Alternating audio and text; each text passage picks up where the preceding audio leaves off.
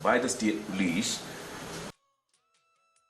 Ka Sorkar Jylla hinin KHASI kala Thaw ya ka Rationalisation Committee Bala Khmat da Commissioner bat Secretary jong katanat puli puthi uvajai mantri bat ki nong mi Khmat naka SSA ki bamdei ki nong hikai kum ki dekhot ban khmi ya ka jing ai jingmut ban pen khlain ban pen bet ya ka tulop jong ki SSA ki badei ki nong hikai hapo ka Jylla ka district bat ha ka block